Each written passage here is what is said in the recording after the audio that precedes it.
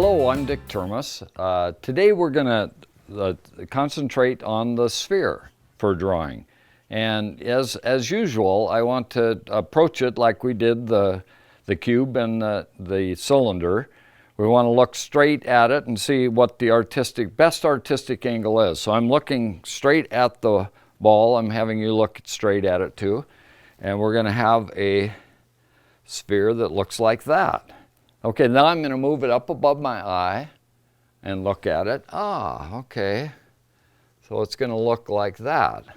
And then I'm going to put it down below my eye and draw it again.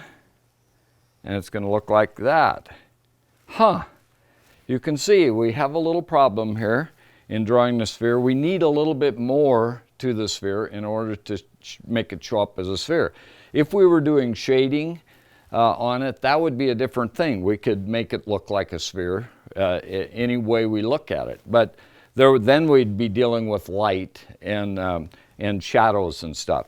But in this case, we need to either add to the sphere or subtract from the sphere in a drawing in order to make it look like an actual sphere of some kind.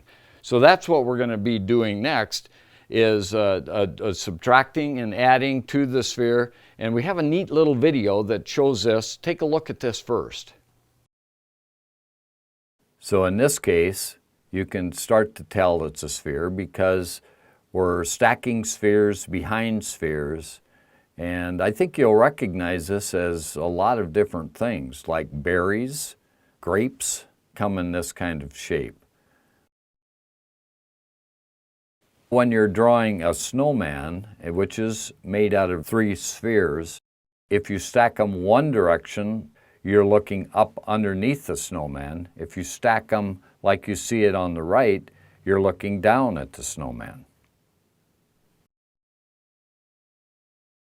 When you draw a necklace, you have a perfect sphere in the front, and then it overlaps going to the right in a different way than it overlaps going to the left. And then, of course, the two of them have to come together on the back side. So you can see that the adding of spheres together is one way to make a sphere show up different than just a plain flat circle. But also subtracting from the sphere can do the same thing. It's obvious now we're working with slicing it exactly in half. Are we slicing it in half and looking up under it, or are we looking down at it? Depending on which lines you subtract from this, you can have both of those views. But the artistic angle is what we're trying to make sure we have. And that oval has to be a nice oval, just like the oval in a cylinder would be. So now we have a half of a sphere, and we're going to divide it into a fourth of a sphere. You can see the artistic angle. It isn't just cutting across straight across. It's going on a diagonal, kind of like the cube did. And that allows us to get 3 sides of the sphere showing. And once again, another slice through it to get an eighth of a sphere. You see that it's still showing 3 different sides, which is always good. The more sides of an object you can have showing, the more you recognize it as a 3-dimensional shape. So starting with a hemisphere again, or a half of a sphere, this is how you would make a bowl or a sphere that has some thickness to it if you sliced it in half. And there's lots of different ways you could slice it. I mean, it could cut this hemisphere into all kinds of different patterns. When it's a horizontal over on the left side, or whether it's all radiating from a center point on the right side. I mean, all of these are different ways that you could cut into a sphere and end up with a half of a sphere. These lines are all projecting toward that point in the middle of the ball. And it shows that it has a certain amount of thickness to the walls of the sphere. And we're going to project everything as though it's a solid sphere, and the chunk is coming out all the way to the center point of the sphere. This shows a sphere that's cut in half, but it has a hollow center in the middle of it. And when you slice the half in another half, so you get to the quarter of a sphere, you end up with something like this. Now when you draw it, you have to get an artistic cut across it so that you get the U part of this showing. Otherwise, it would be hard to read what it is you're trying to express. If you want to draw rectangular holes in a sphere, it's best to start with a grid. If you start with the horizontal lines that run right through the middle of the sphere and a progressive curve that go up to the top and to the bottom of the sphere, and then a vertical grid that runs straight right through the center, progressively go to the curve on the right side and on the left side of the ball. That would be the grid. Then wherever you want to put the rectangular windows into the sphere, they follow that grid. And the depth lines would go into the center of the ball. You can see the X there.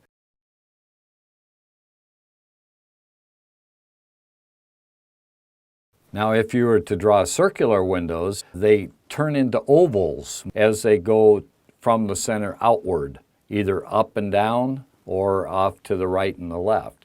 And you can see the extra lines I've added in the windows are all aiming toward that center point of the ball too.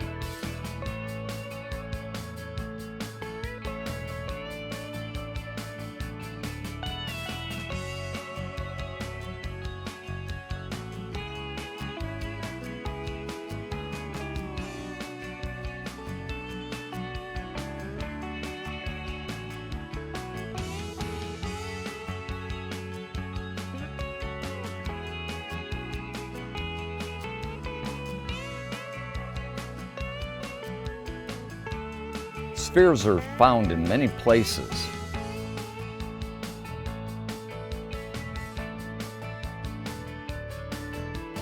They're found in our grocery stores.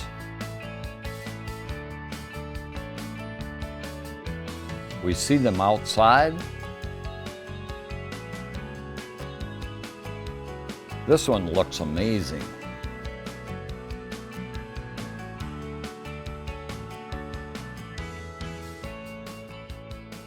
I hope you enjoyed that. We're gonna take the sphere and go into a grocery store and see what we can find as far as spherical objects in there. And you can see we've already been there. So we've got all of these different kinds of forms that are spherical and identifiable. I think you could tell that's an orange and so on and so forth. But the first thing we're gonna do is take these and show how you would draw from a realistic object. Like the grapes here, for instance, are a good example of adding spheres to spheres. And make sure that you have your paper out and you're drawing along with this, okay? But this would be adding spheres to spheres, and I'm going to just make this up. And just with the knowledge I have, looking at it a little bit, knowing that the grapes are elongated a little bit like this for a sphere, and then they go behind each other, and they are very clustered. Okay, and I'll stick a couple of them out here like that. Another one maybe all by itself over here, and say they're going off this direction here. The whole cluster is coming around like so. Maybe another one back behind there, another one here. And try and get these round. Remember, we're trying to get this as accurate as we can, but mainly we're trying to understand a new technique of drawing. So maybe in this case, the stems come off of this. There's little connection points that connect to the grapes, and then they come off and join together. and then they join with a larger little stem like so. They come off to the side. And I mean, this could be, I mean, there's a lot of grapes there, so I could be drawing these forever. And most of them are about the same size, so some of mine are getting a little bit too small. But that would be basically how you would approach drawing grapes. And that's, remember, that's adding them together. And then we have subtraction. How do you subtract from, and we do this all the time because you can't eat a grapefruit unless you cut it in half, right? So we've cut this one in half, and it's in two pieces, and you can see it has an obvious look that is a grapefruit, or actually an orange looks a lot like this, so it might be hard to know the difference between those two. So let me erase this and get rid of the adding spheres together and get to the subtracting of spheres. This one, I would start with a ball, with a sphere, like that, and I would cut an oval into it. That's cutting it in half, like so, making sure it's right out to the edge, like this, and getting rid of this top part. Okay, and then you can see there's a little hole in the middle, kind of a jagged hole like that, and there's a thick skin. And to start with, I'm going to just do a double line here for the thick skin, like so. And then all of these lines are incredibly important. They all project to the center of that and come off, and this really starts to really make it identifiable as it comes off. And if you really get into the detail, they kind of curve into that edge right there. And that would make it a little bit more identifiable, is those different details, that this would curve around like so. So that's basically cutting a sphere in half and looking at an actual realistic object. That would be the grapefruit. And then if you wanted to cut it in fourths, let me just get an example. If you wanted to chop it like that and get 1/4 of a sphere, we're going to switch over to a cantaloupe for that. So we've cut the cantaloupe in half to start with, like so, and then we've cut it again in a fourth. And actually we've taken the seed out of it, so we have a little different problem to draw with that. So let's start with the sphere again. Get a nice sphere like that, cut it in half, like so, and get rid of the top. I guess you could be looking upside down at it, but we won't. We won't make it that. Try and keep it simple, because I'm presuming you're drawing with me. And then we're going to cut it in a fourth. So we're going to cut it on an artistic angle, so it's like the cube. You get the 3 different sides to it, like so. And then a little erasing again, getting rid of all of this. If I had my choice, I'd probably eat that part right now because it smells awfully good.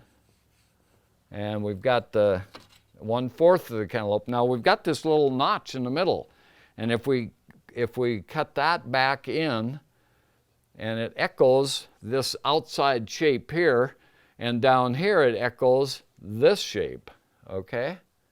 So that's the little, where the seeds are. You get rid of this little part right here, and you have, you know, basically a cantaloupe in 1/4. So that's looking at fruit and adding it together and subtracting from it, and having it look like something you're looking at. Now I want to do one where I'm making it up out of my head. Okay, so it's spheres. I'm going to add them together. Spheres, some of them behind, like this, sometimes floating out here by themselves, sometimes way back in space, a couple of them. Maybe I'll even add one more in between here. So you have a cluster of, and one more right there. All right, when you look at that, very hard to know what it is, but as soon as I add a little bit of something to that.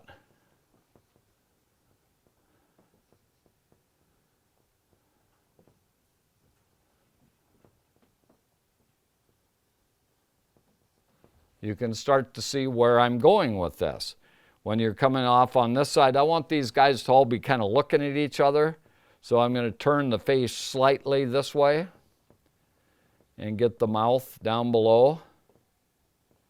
And let's make each one of these a little different hairdo. I'm going to add the hair onto this, and maybe it goes something like that.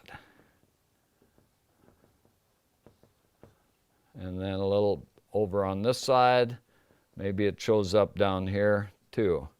So we have a little erasing to help that out. And maybe this is a curly-haired guy. And he needs an ear over here. There could be an ear showing here, but I think it's too far around the corner. And maybe add curly hair all around there. Get rid of that line. So the human body is full of spherical parts. The tip of your fingers, you can just look around all over the place and see spheres, but the head is the main one. Okay, now I'm going to move this person. It's going to look this direction a little bit. And I'm going to make him sort of mad.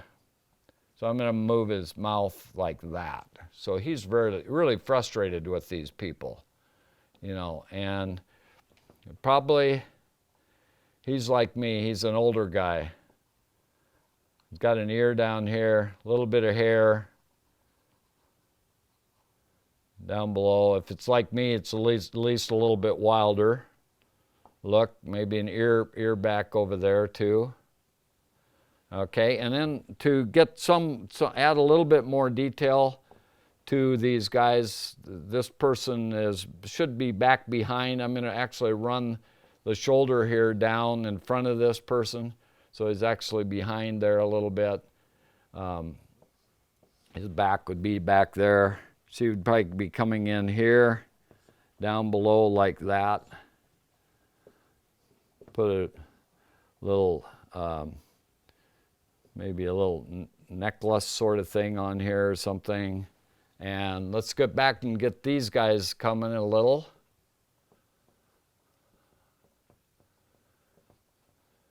This guy's a happy guy back there. So you can get a little bit more. And we're going to make him have hair like that. And his body would come down probably in there somewhere.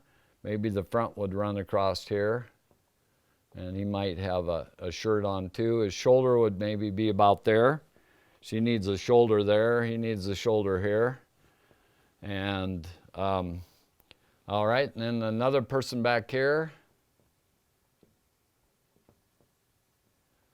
And we're going to put a wild hairdo on this person. It's a wild guy. All right, and maybe, what are we going to do here? We'll just have that kind of a little curve for that. Let's get a little bit of hair in front of the line too. And one more guy back here that's looking straight up into the air. So I'm going to tip his head way back, and only his nostrils are showing. And his hair, or her hair, I guess, is looking down like so. Maybe the chin and stuff would show something like that. Seems like we need one more, maybe a kid down here. A little kid that's right here that would be a smaller ball. And looking back at, I'm going to have the eyes kind of over here. A little bit of a nose there. And they got to have a lot more hair when you're a younger kid. So there could be a kid right down in here somewhere. Mouth maybe in here. All right, so we need to put a little bit more on this guy. Anyway, that's starting with a sphere, turning it into heads. and seeing where it takes you. You can try this. I mean, a lot of times people think people are very hard to draw, but if you just realize the head is just a sphere and you add whatever detail and however, you know, in the end, it's how you draw that's the most exciting thing about your work. And you don't want to draw like everybody else. So whatever kind of faces you come up with, cool. Those are perfect, okay? Thank you for watching. Keep your eye out for more videos in this series.